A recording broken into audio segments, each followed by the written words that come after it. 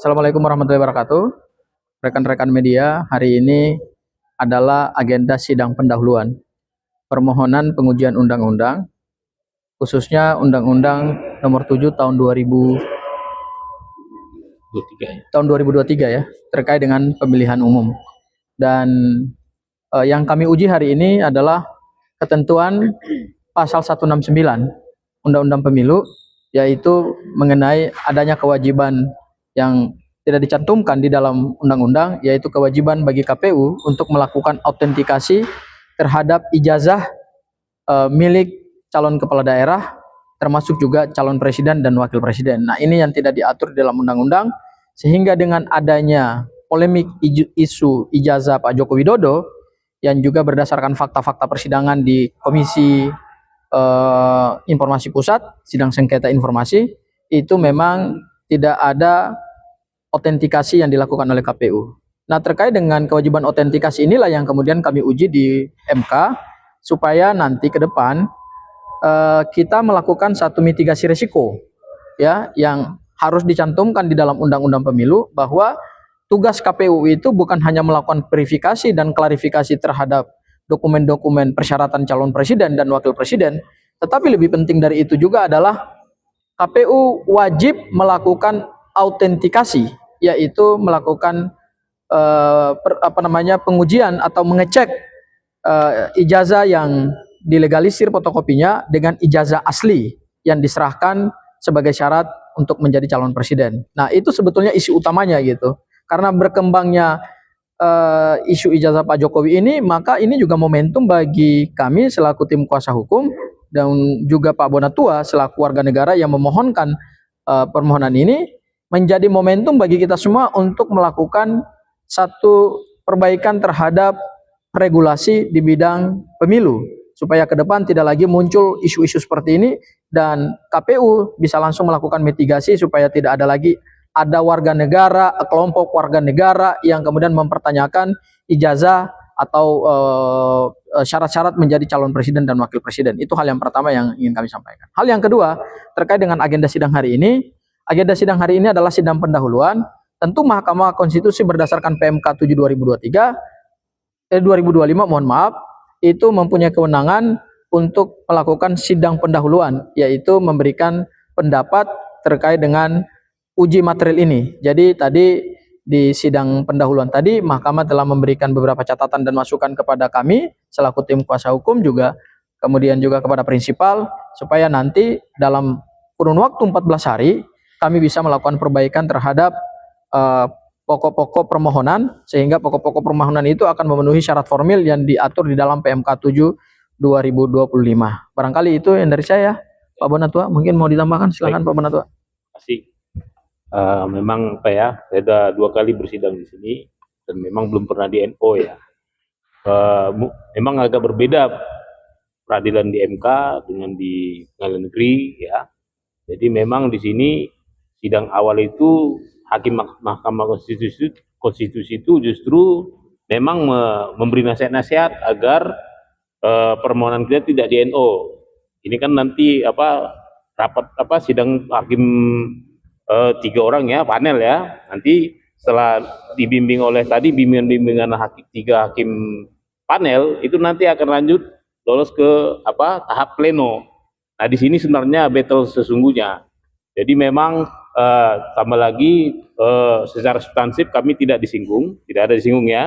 Tapi secara struktur kita harus akuin bahwa PMK nomor 7 2025 itu baru berlaku. Ya, saya juga harus banyak belajar karena itu baru berlaku, memang belum banyak untuk kasusnya. Jadi tapi pada intinya substansinya adalah kami melihat bahwa permasalahan isu ijazah Bapak Jokowi itu adalah masa belakang.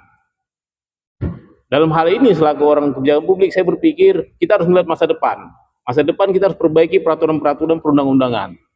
Kenapa? Pada intinya kita menemukan dari dokumen-dokumen yang saya kumpulkan dari KPU, KPUD, dari berita-berita penjelasan ketua komisioner-komisioner, dan dari peraturan perundang-undangan PKPU, itu memang tidak pernah melakukan namanya autentikasi yang istilah rejim undang-undang kearsipan autentikasi, istilah rejim pemilu itu undang-undang pemilu adalah klarifikasi. Jadi mereka hanya sebatas verifikasi. Jadi tidak pernah ada disandingkan originalitas fotokopi legalisir yang dikumpulkan mereka terhadap aslinya, sehingga boleh dikatakan belum ada yang pernah melihat asli ini. Bagaimana asli ini lahir menjadi fotokopi tidak bisa. Bahkan saya juga tidak, selama KPU mengasih fotokopi ijazah, tidak pernah melihat proses bagaimana mereka menciptakan dokumen itu dan dikasih ke saya, apakah dari soft copy, apakah dari hard copy, atau bagaimana. Jadi tadi juga ada opsi, memang kita dalam rangka memperbaiki bangsa ini ya, ke depannya kita akan melakukan segala opsi termasuk ke Mahkamah Agung. Memang rencana juga kita akan lanjutkan Mahkamah Agung untuk menguji PKPU-nya, tapi kita berharap di sini kita menguji normanya, sehingga ini betul-betul nanti bisa mengikat, merubah semua PKPU. Saya rasa itu aja. Ya, ada yang mau ditambahkan nggak, Mbak? Kerugian konstitusional yang Abang rasakan itu apa ya sehingga menjadi pemohon di sini? Itu bagus, Pak. Oke. Jadi mungkin saya jelaskan dulu sedikit ya, Bang Bonatua, nanti terkait dengan kerugian konstitusional. Jadi perlu dipahami bahwa apa yang dilakukan oleh prinsipal Bang Bonatua selaku klien kami ini kan adalah mencari keberadaan ijazah Pak Joko Widodo. Usaha itu telah kami lalui dengan mengajukan beberapa sengketa informasi publik, ya, baik di Komisi Informasi Pusat, termasuk juga di Komisi Informasi DKI Jakarta ya, yang nanti bulan Desember kami akan lanjutkan untuk proses pembuktian. Nah, yang dirugikan oleh Pak Bonatua dalam konteks kerugian konstitusional adalah Pak Bonatua tidak bisa mendapatkan dokumen ijazah Pak Joko Widodo yang sudah diverifikasi atau sudah dilakukan autentikasi untuk kepentingan penelitian. Jadi kepentingan Pak Bonatua adalah bukan untuk menguji sah tidaknya ijazah tersebut, palsu atau asli ijazah tersebut, tidak dalam konteks itu. Konteksnya Pak Bonatua adalah ingin mencari keberadaan ijazah. Apakah ijazah ini memang benar-benar keberadaannya ada di lembaga-lembaga penyelenggara pemilu, termasuk juga di lembaga kearsipan, dan apakah juga ijazah tersebut telah dilakukan autentikasi sehingga Pak Bonatua bisa mengakses data-data tersebut dalam rangka melakukan penelitian ilmiah. Jadi ini semata-mata dalam rangka untuk memberikan satu kepastian informasi publik ya, karena beliau adalah ahli kebijakan publik, sekaligus juga memastikan apakah ijazah Pak Joko Widodo itu terkait dengan polemik yang hari-hari ini begitu keras, begitu tajam, apakah memang sudah dilakukan autentikasi apa belum? Nah, ini yang ingin kita uji melalui norma undang-undang di pemilu, undang-undang pemilu, supaya ke depan ya persoalan-persoalan yang seperti ini bisa dimitigasi oleh pembuat undang-undang sekaligus juga oleh penyelenggara pemilu. Jangan sampai lagi ada Pak Jokowi baru ke depan yang ijazahnya dipertanyakan, dan tidak ada lagi ada warga negara ataupun kelompok warga negara yang akan mencari di mana keberadaan salinan ijazah atau fotokopi ijazah yang sudah dilegalisir, termasuk juga ijazah itu sudah diautentikasi apa belum. Jangan sampai lagi ke depan ada warga negara yang mempertanyakan itu. Nah, ini yang kami harapkan supaya melalui pengujian permohonan undang-undang ini ada kejelasan norma sehingga penyelenggara pemilu mempunyai kewajiban mandatori untuk melaksanakan autentikasi sebagai bagian dari tanggung jawab mereka untuk memastikan pemilu berjalan jujur, pemilu berjalan adil, dan pemilu berjalan sesuai dengan prinsip akuntabilitas publik. Ya, barangkali ini bisa ditambahkan, Bang Bonatua. Sisi peneliti tadi dari sisi hukum memang hampir sama ya. Jadi saya bercerita dikit, seorang peneliti itu harus menguji data. Jadi data yang saya peroleh itu harus data primer. Jadi saya mengumpulkan berapa fotokopi ijazah terlegalisir baik dari KPU ada 2014, 2019, dari KPUD DKI 2012, dan dari Solo juga ada tim dari yang ngasih 2005 dan 2010. Namun data ini secara penelitian ini data sampah, maaf ya. Kenapa? Saya uji data ini ternyata tidak jelas sumbernya. Tidak ada yang menghubungkan, mengkoneksikan data yang saya terima, yaitu fotokopi legalisir terhadap aslinya. Jadi saya blank ini, artinya data ini either ini sekunder atau memang ini data sampah yang tidak bisa diteliti. Yang saya butuhkan itu kerugian saya jelas di sini bahwa penelitian saya sekarang stop. Kenapa? Saya tidak mau terjebak meneliti data sampah.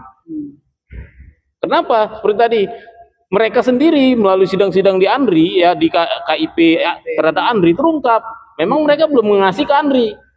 Sementara ANRI sendiri punya fungsi yang namanya autentikasi. Begitu ijazah fotokopi legalisir ini dikasih ke ANRI, maka ANRI ini wajib melakukan autentikasi dengan melibatkan ahli-ahli yang kompeten. Ahli kompeten itu apa? Arsiparis, ahli dokumen forensik, ahli pendidikan dan macam-macam. Sehingga saya tidak perlu lagi meragukan kapasitas ANRI jika sudah diberikan oleh ANRI. Nah, sekarang yang memberikan adalah orang yang memberikan justru KPU yang sebenarnya menurut Undang-Undang Kearsipan itu mereka tidak berhak lagi menahan arsip itu karena sudah lebih dari 5 tahun. Baik yang 2019 pun tambah 5 tahun itu cuman 2024 seharusnya sudah diserahkan. Seperti itu. Ada lagi? Di Surakarta malah dimusnahkan. Cukup ya. Bang, atas opsi yang tadi diberikan oleh ketua panel 1, 2, 3, opsi mana yang akan dipilih? Kami akan memilih untuk melanjutkan permohonan pengujian ini dan kami punya batas waktu adalah 14 hari sampai tanggal 2 Desember 2025. Kami optimis mudah-mudahan pengujian kami ini bisa membantu untuk memberikan titik terang terhadap polemik ijazah Pak Joko Widodo. Terakhir Bang, petitumnya apa sih Bang sebenarnya? Ya, petitumnya kami ingin menyatakan bahwa yang pertama KPU perlu ditegaskan di dalam Undang-Undang Pemilu bahwa KPU mempunyai kewajiban untuk melakukan autentikasi terhadap syarat-syarat pencalonan presiden dan wakil presiden. Artinya autentikasi itu berarti harus melihat asli gitu dengan ijazah fotokopi yang dilegalisir. Jadi jangan hanya berdasarkan verifikasi, oh ijazah ini karena sudah dilegalisir baru kemudian dokumennya dianggap sah. Jadi perlu juga melihat atau membandingkan ya. Kemarin kami periksa ahli arsiparis ya. Ada 3, yaitu yang pertama dilihat adalah isinya, kemudian dilihat strukturnya dan dilihat formatnya. Ya. Kenapa autentikasi penting? Karena nanti KPU harus melihat antara apa yang diserahkan sebagai dokumen fotokopi yang dilegalisir dengan melihat asli. Melihat asli itu nanti yang diuji ada 3 berdasarkan ahli yang kemarin pernah kami periksa, yaitu dilihat isinya, apakah isinya berbeda nggak dengan asli, kemudian dilihat strukturnya, apakah strukturnya sama apa enggak, kemudian dilihat format ijazahnya gitu. Ya, itu yang sangat penting untuk ke depan supaya tidak ada lagi polemik terhadap ijazah Pak Joko Widodo. Kalau misalnya sidang ini lanjut ke tahap mendengarkan keterangan saksi dan ahli, apakah dari pihak pemohon bakal memasukkan Roy Suryo sebagai ahli? Ya tentu, kami nanti mempertimbangkan untuk mengajukan beberapa ahli ya. Bisa saja ada Bang Rismon Sianipar, kemudian juga Mas Roy Suryo. Mungkin juga kami akan minta supaya Pak Joko Widodo juga bisa dihadirkan gitu, ya sebagai salah satu saksi ya, untuk dimintai keterangan terkait dengan polemik ijazahnya gitu. Bisa saja, nanti semua kan akan dipertimbangkan oleh Mahkamah Konstitusi. Oke. Terima kasih. Yo, ya.